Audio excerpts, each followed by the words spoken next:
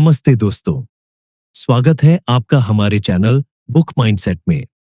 आज हम बात करने वाले हैं एक ऐसी किताब के बारे में जिसने दुनिया भर के लाखों लोगों की जिंदगी बदल दी। क्या आपने कभी सोचा है कि क्यों कुछ लोग पैसे के पीछे भागते रहते हैं और कुछ लोग पैसे को अपने पीछे भगाते हैं? अगर ये सवाल आपको उत्सुक करता है, तो आज की ये वीडियो आपके लिए ही है। आज हम बात करेंगे रॉबर्ट कियोसाकी की बेस्ट सेलर किताब रिच डैड पुअर डैड के बारे में। ये किताब सिर्फ पैसे कमाने के बारे में नहीं है, बल्कि ये आपको सिखाती है कि पैसे को कैसे समझा जाए, उससे कैसे प्यार किया जाए और उसे कैसे अपने लिए काम कराया जाए। अगर आप भी ये सोचते हैं कि आपकी जिंदगी में पैसा एक बड़ी समस्या है, तो ये किताब आपके लिए एक गेम चेंजर साबित हो सकती है। तो चलिए शुरू करते हैं।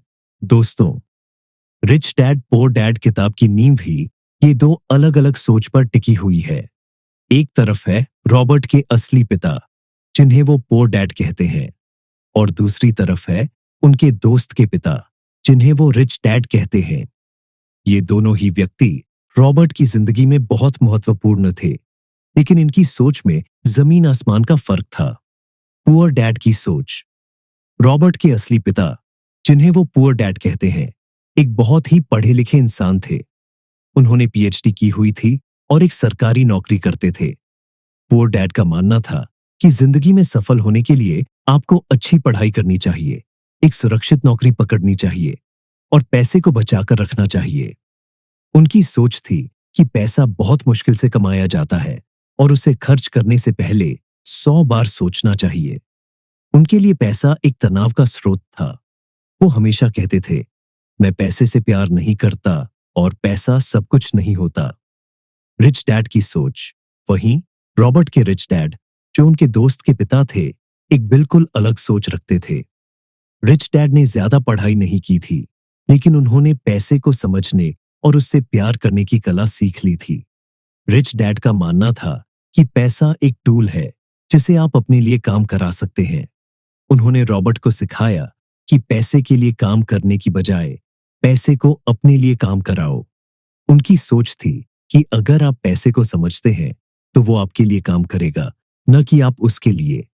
मान लीजिए आपके पास दो लोग हैं, एक पुअर डैड की सोच वाला और एक रिच डैड की सोच वाला। दोनों को एक ही तनख्वाह मिलती है। पुअर डैड वाला व्यक्ति, वो अपनी सैलरी का ज्यादातर हिस्सा ईएमआई लोन और फिजूल खर्ची में खर्च कर देगा। उसके पास कुछ बचता नहीं और वो हमेशा पैसे की कमी का रोना रोता रहेगा। रिच डैड वाला व्यक्ति, वो अपनी सैलरी का एक हिस्सा एसेट्स में इन्वेस्ट करेगा, जैसे स्टॉक्स, म्यूचुअल फंड्स या रियल एस्टेट। वो धीरे धीरे पैसिव इनकम के सोर्सेस बनाएगा और एक दिन वो आजाद हो जाएगा। दोस्तों, यही फर्क है पुअर डैड और रिच डैड की सोच में। पुअर डैड पैसे को एक समस्या की तरह देखते हैं, जबकि रिच डैड पैसे को एक समाधान की तरह। अगर आप भी पुअर डैड की तरह सोचते हैं, तो ये वक्त है अपनी सोच को बदलने का। क्योंकि सच तो ये है कि पैसा सिर्फ एक टूल है और ये आप पर निर्भर करता है कि आप उसे कैसे इस्तेमाल करते हैं। अब जब आप पुअर डैड और रिच डैड की सोच को समझ गए हैं, तो चलिए अगले बड़े सबक की तरफ बढ़ते हैं, एसेट्स और लायबिलिटीज का फर्क। दोस्तों, रिच डैड पुअर डैड किताब का सबसे महत्वपूर्ण सबक ये है कि आपको एसेट्स और लायबिलिटीज के बीच का फर्क समझना चाहिए। रॉबर्ट कियोसाकी कहते हैं कि अमीर बनने का रास्ता यही है कि आप एसेट्स खरीदें, न कि लायबिलिटीज। लेकिन सवाल यह है कि एसेट्स और लायबिलिटीज होते क्या हैं? एसेट्स वो चीजें हैं जो आपकी जेब में पैसा डालती हैं, यानी ये ऐसी चीजें हैं जो आपको पैसा कमा कर देती हैं, चाहे आप काम करें या न करें। उदाहरण के लिए, रियल एस्टेट। अगर आपने एक प्रॉपर्टी खरीदी और उसे किराए पर दिया, तो वो आपको हर महीने पैसा देगी। स्टॉक्स और म्यूचुअल फंड्स। अगर आपने सही कंपनियों में इन्वेस्ट किया है, तो वो आपको डिविडेंड और मुनाफा देंगी। बिजनेस। अगर आपका बिजनेस आपके बिना भी चल रहा है, तो वो एक एसेट है। लायबिलिटीज वो चीजें हैं जो आपकी जेब से पैसा निकालती हैं, यानी ये ऐसी चीजें हैं जिन पर आपको पैसा खर्च करना पड़ता है और वो आपको कोई रिटर्न नहीं देती। उदाहरण के लिए, कार। अगर आपने एक महंगी कार खरीदी, तो उसका ईएमआई, उसका मेंटेनेंस और पेट्रोल का खर्च आपकी जेब से पैसा निकालेगा। घर का ईएमआई, अगर आपने घर खरीदा है और उस पर ईएमआई भर रहे हैं, तो वो एक लायबिलिटी है, क्योंकि वो आपकी जेब से पैसा निकाल रहा है। फिजूल खर्ची, जैसे महंगे गैजेट्स, लग्जरी आइटम्स या ऐसी चीजें जिनकी आपको जरूरत नहीं है। मान लीजिए आपके पास दो लोग हैं, एक एसेट बिल्डर और एक लायबिलिटी स्पेंडर। एसेट बिल्डर, ये व्यक्ति अपनी सैलरी का 20% हिस्सा एसेट्स में इन्वेस्ट करता है। वो एक छोटा सा प्लॉट खरीदता है, उसे किराए पर देता है और म्यूचुअल फंड्स में इन्वेस्ट करता है। धीरे धीरे उसकी पैसिव इनकम बढ़ती जाती है और एक दिन वो आजाद हो जाता है। लायबिलिटी स्पेंडर, ये व्यक्ति अपनी सैलरी का ज्यादातर हिस्सा लायबिलिटीज पर खर्च करता है। वो एक महंगी कार खरीदता है, घर का ईएमआई भरता है और फिजूल खर्ची करता है। उसके पास कुछ बचता नहीं और वो हमेशा पैसे की कमी का रोना रोता रहता है। दोस्तों, यही फर्क है एसेट्स और लायबिलिटीज में। अमीर लोग एसेट्स खरीदते हैं जो उन्हें पैसा कमा कर देते हैं, जबकि गरीब और मध्यम वर्ग के लोग लायबिलिटीज खरीदते हैं जो उनकी जेब से पैसा निकालते हैं। अब सवाल यह है कि आप क्या कर सकते हैं। चलिए मैं आपको कुछ एक्शनेबल स्टेप्स बताता हूं। अपने खर्चों को ट्रैक करें। सबसे पहले ये जानें कि आपका पैसा कहां जा रहा है। क्या आप एसेट्स पर खर्च कर रहे हैं या लायबिलिटीज पर? लायबिलिटीज को कम करें। अगर आपके पास ऐसी चीजें हैं जो आपकी जेब से पैसा निकाल रही है, तो उन्हें कम करने की कोशिश करें। जैसे कार का ईएमआई कम करें या फिजूल खर्ची से बचें। एसेट्स बनाना शुरू करें। छोटे छोटे कदम उठाएं। म्यूचुअल फंड्स में इन्वेस्ट करें, एक छोटा सा साइड बिजनेस शुरू करें या रियल एस्टेट में इन्वेस्ट करें। फाइनेंशियल एजुकेशन ले। पैसे को समझने के लिए सीखते रहे। किताबें पढ़ें, सेमिनार में जाएं और इन्वेस्टमेंट के बारे में जानें। दोस्तों, ये सबक बहुत सरल है, लेकिन इसका असर बहुत बड़ा है। अगर आप एसेट्स बनाना शुरू कर देंगे, तो एक दिन आपकी पैसिव इनकम इतनी बढ़ जाएगी कि आपको पैसे के लिए काम करने की जरूरत नहीं पड़ेगी। अब जब आप एसेट्स और लायबिलिटीज के बारे में समझ गए हैं, तो चलिए अगले बड़े सबक की तरफ बढ़ते हैं। पैसे के लिए काम मत करो, पैसे को अपने लिए काम कराओ। दोस्तों, रिच डैड पुअर डैड किताब का एक और बहुत ही महत्वपूर्ण सबक है, पैसे के लिए काम मत करो, पैसे को अपने लिए काम कराओ। ये सबक सुनने में तो बहुत सरल लगता है, लेकिन इसे समझना और इसे अपनी जिंदगी में लागू करना बहुत ही गहरा असर डाल सकता है। आइए इसे थोड़ा और डिटेल में समझते हैं। पैसे के लिए काम करने का मतलब क्या है? ज्यादातर लोग पैसे के लिए काम करते हैं, यानी वो एक नौकरी करते हैं, महीने के अंत में सैलरी पाते हैं और उस पैसे से अपने खर्चे चलाते हैं। लेकिन समस्या ये है कि इस तरह की जिंदगी में आप हमेशा पैसे के पीछे भागते रहते हैं। आपकी सैलरी सीमित होती है। अगर आप काम करना बंद कर दें, तो पैसा आना बंद हो जाता है। आपकी जिंदगी एक चक्र में फंस जाती है। सुबह उठो, ऑफिस जाओ, काम करो, घर आओ और फिर वही दोहराओ। रॉबर्ट कियोसाकी इसे रेट रेस कहते हैं, यानी एक ऐसी दौड़ जिसमें आप भाग तो रहे हैं, लेकिन आपकी जिंदगी में कोई बदलाव नहीं आ रहा। पैसे को अपने लिए काम कराने का मतलब क्या है? अब बात करते हैं दूसरी सोच की। पैसे को अपने लिए काम कराना, यानी आप ऐसे सोर्सेस बनाएं जो आपको पैसा कमा कर दें, चाहे आप काम करें या ना करें। इसे पासिव इनकम कहते हैं। पासिव इनकम वो इनकम है जो आपको बिना किसी एक्टिव काम के मिलती है, जैसे रियल एस्टेट। अगर आपने प्रॉपर्टी खरीदी और उसे किराए पर दिया, तो वो आपको हर महीने पैसा देगी। स्टॉक्स और म्यूचुअल फंड्स, अगर आपने सही कंपनियों में इन्वेस्ट किया है, तो वो आपको डिविडेंड और मुनाफा देंगी। बिजनेस, अगर आपका बिजनेस सिस्टम पर चल रहा है, तो वो आपको पैसा कमा कर देगा। अमीर लोग इसी तरह पैसे को अपने लिए काम कराते हैं।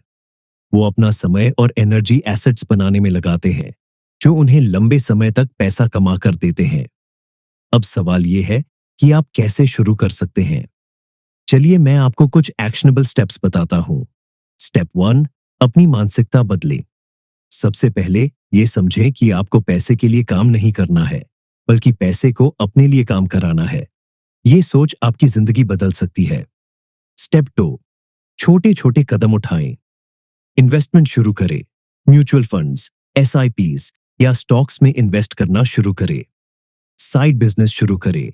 कोई ऐसा बिजनेस आइडिया सोचे जो आपके पैशन के अनुसार हो। रियल एस्टेट में इन्वेस्ट करें। अगर संभव हो तो एक छोटी सी प्रॉपर्टी खरीदें और उसे किराए पर दें। स्टेप 3, फाइनेंशियल एजुकेशन लें। पैसे को समझने के लिए सीखते रहें। किताबें पढ़ें, सेमिनार में जाएं और इन्वेस्टमेंट के बारे में जानें। स्टेप 4, धैर्य रखें। पैसिव इनकम बनाने में समय लगता है, लेकिन अगर आप लगातार प्रयास करते रहेंगे तो एक दिन आपकी मेहनत रंग लाएगी। मान लीजिए 2 दोस्त हैं, राहुल और अमित। राहुल राहुल एक नौकरी करता है। वो हर महीने अपनी सैलरी से खर्चे चलाता है और बचा हुआ पैसा फिजूल खर्ची में उड़ा देता है। उसके पास कोई एसेट्स नहीं है और वो हमेशा पैसे की कमी का रोना रोता रहता है। अमित अमित ने अपनी सैलरी का एक हिस्सा म्यूचुअल फंड्स में इन्वेस्ट करना शुरू किया। उसने एक छोटा सा साइड बिजनेस भी शुरू किया और धीरे धीरे उसकी पैसिव इनकम बढ़ने लगी। आज अमित को पैसे के लिए काम करने की जरूरत नहीं है, क्योंकि उसके पास कई सोर्सेस से पैसा आ रहा है। दोस्तों, ये सबक बहुत ही सरल है। पैसे के लिए काम मत करो, पैसे को अपने लिए काम कराओ। अगर आप इस सोच को अपनाते हैं तो एक दिन आप भी फाइनेंशियल फ्रीडम हासिल कर सकते हैं। अब जब आप ये समझ गए हैं कि पैसे को अपने लिए कैसे काम कराया जाए, तो चलिए अगले बड़े सबक की तरफ बढ़ते हैं, फाइनेंशियल एजुकेशन की ताकत। किताब का एक और बहुत ही महत्वपूर्ण सबक है फाइनेंशियल एजुकेशन की ताकत। रॉबर्ट कियोसाकी बार बार इस बात पर जोर देते हैं कि अगर आप अमीर बनना चाहते हैं तो आपको फाइनेंशियल एजुकेशन लेनी होगी। लेकिन सवाल यह है कि फाइनेंशियल एजुकेशन क्या है और ये इतनी जरूरी क्यों है? फाइनेंशियल एजुकेशन का मतलब है पैसे को समझने की कला। ये सिर्फ ये जानने के बारे में नहीं है कि पैसा कैसे कमाया जाए, बल्कि ये समझने के बारे में है कि पैसे को कैसे मैनेज किया जाए, कैसे इन्वेस्ट किया जाए और कैसे उसे अपने लिए काम कराया जाए। रॉबर्ट कियोसाकी कहते हैं कि हमारे स्कूल सिस्टम में फाइनेंशियल एजुकेशन की कमी है। हमें सिर्फ ये सिखाया जाता है कि अच्छे नंबर लाओ, डिग्री हासिल करो और एक अच्छी नौकरी पकड़ो। लेकिन हमें ये नहीं सिखाया जाता कि पैसे को कैसे मैनेज किया जाए, टैक्स को कैसे समझा जाए या इन्वेस्टमेंट कैसे किया जाए। इसका नतीजा ये होता है कि ज्यादातर लोग पैसे के बारे में अनजान रहते हैं। वो पैसे को सिर्फ कमाने और खर्च करने की चीज समझते हैं, न कि उसे बढ़ाने और उससे आजादी पाने की चीज। फाइनेंशियल एजुकेशन इसलिए जरूरी है क्योंकि ये आपको पैसे के बारे में सही निर्णय लेने की क्षमता देती है। अगर आप पैसे को समझते हैं तो आप अपने खर्चों को कंट्रोल कर सकते हैं, सही इन्वेस्टमेंट कर सकते हैं, टैक्स के नियमों को समझ सकते हैं, अपने लिए पैसिव इनकम के सोर्सेस बना सकते हैं।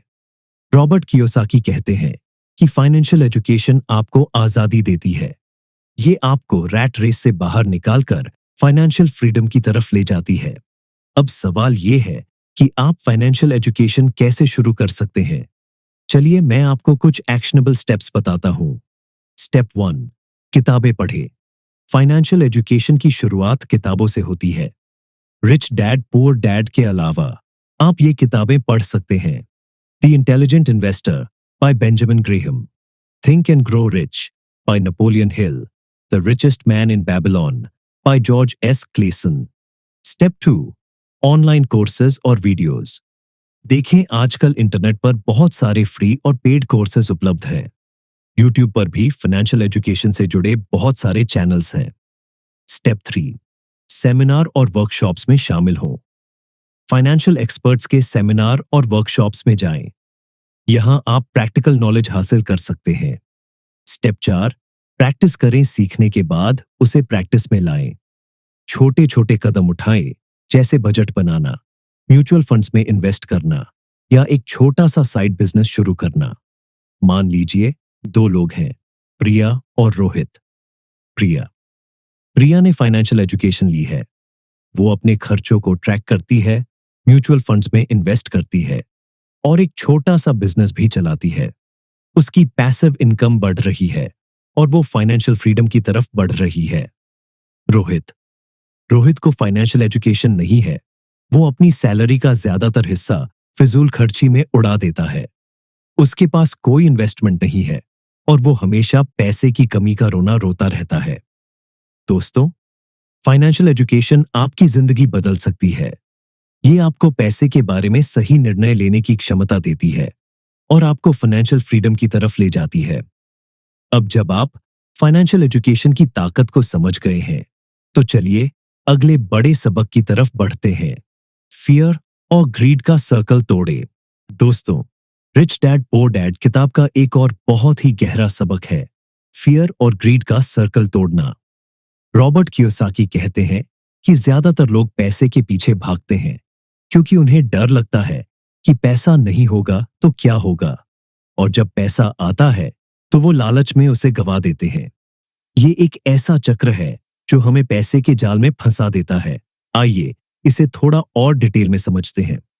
एक, फियर का सर्कल। फियर यानी डर। ज्यादातर लोग पैसे के पीछे इसलिए भागते हैं क्योंकि उन्हें डर लगता है कि अगर पैसा नहीं होगा तो वो अपने खर्चे कैसे चलाएंगे, अपने परिवार का पेट कैसे भरेंगे या अपने भविष्य को कैसे सुरक्षित करेंगे। ये डर उन्हें एक ऐसी जिंदगी जीने पर मजबूर कर देता है जहां वो हमेशा पैसे की कमी का रोना रोते रहते हैं। वो नौकरी करते हैं, सैलरी पाते हैं और उस पैसे को खर्च कर देते हैं, लेकिन उनके पास कुछ बचता नहीं और वो हमेशा इसी चक्र में फंसे रहते हैं। तो ग्रीड का सर्कल। जब पैसा आता है तो फियर की जगह ग्रीड यानी लालच ले लेता है। लोग पैसे को जमा करने लगते हैं, महंगी चीजें खरीदने लगते हैं और फिजूल खर्ची करने लगते हैं। लेकिन समस्या ये है कि ये लालच भी उन्हें खुशी नहीं देता। वो और ज्यादा पैसा कमाने के लिए काम करते हैं और उस पैसे को फिर से खर्च कर देते हैं। ये एक ऐसा चक्र है जो कभी खत्म नहीं होता। अब सवाल ये है कि इस सर्कल को कैसे तोड़ा जाए। चलिए मैं आपको कुछ स्टेप्स बताता हूं। स्टेप एक, अपने डर को समझे। सबसे पहले ये जाने कि आपको किस चीज का डर है। क्या आपको डर है कि पैसा नहीं होगा तो क्या होगा? क्या आपको डर है कि आप अपने परिवार का पेट नहीं भर पाएंगे? अपने डर को समझे और उस पर काम करें। जैसे अगर आपको पैसे की कमी का डर है तो एक इमरजेंसी फंड बनाए। स्टेप 2, लालच पर कंट्रोल करें। लालच को कंट्रोल करने के लिए अपने खर्चों को ट्रैक करें। जरूरत और चाहत के बीच का फर्क समझे। जैसे अगर आपको एक नई कार की जरूरत नहीं है तो उसे खरीदने से बचे। स्टेप 3, फाइनेंशियल एजुकेशन ले। फाइनेंशियल एजुकेशन आपको फियर और ग्रीड के सर्कल से बाहर निकाल सकती है। जब आप पैसे को समझते हैं तो आप उसे एक टूल की तरह इस्तेमाल कर सकते हैं, न कि एक लक्ष्य की तरह। स्टेप 4, पासिव इनकम के सोर्सेज बनाए। पासिव इनकम के सोर्सेज बनाकर आप फियर और ग्रीड के सर्कल से बाहर निकल सकते हैं। जब आपके पास पैसिव इनकम होगी तो आपको पैसे के लिए काम करने की जरूरत नहीं पड़ेगी। मान लीजिए 2 लोग हैं, सोनल और राज। सोनल सोनल फियर और ग्रीड के सर्कल में फंसी हुई है। वो हमेशा पैसे की कमी का रोना रोती है और जब पैसा आता है तो उसे फिजूल खर्ची में उड़ा देती है। उसके पास कोई इन्वेस्टमेंट नहीं है और वो हमेशा तनाव में रहती है। राज राज ने फियर और ग्रीड के सर्कल को तोड़ दिया है। उसने फाइनेंशियल एजुकेशन ली है और पैसिव इनकम के सोर्सेज बनाए हैं। आज राज को पैसे के लिए काम करने की जरूरत नहीं है और वो एक शांत और खुशहाल जिंदगी जी रहा है। दोस्तों, फियर और ग्रीड का सर्कल तोड़ना बहुत जरूरी है। अगर आप इस सर्कल से बाहर निकलना चाहते हैं तो फाइनेंशियल एजुकेशन ले, पैसिव इनकम के सोर्सेज बनाए और पैसे को एक टूल की तरह इस्तेमाल करें। अब जब आप फियर और ग्रीड के सर्कल को तोड़ने का तरीका समझ गए हैं, तो चलिए वीडियो के अंतिम हिस्से की तरफ बढ़ते हैं।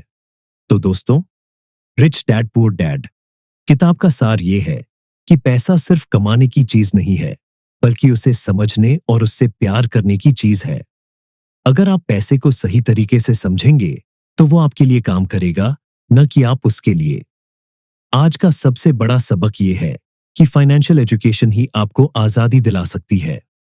तो क्या आप तैयार हैं अपने पैसे को अपने लिए काम कराने के लिए?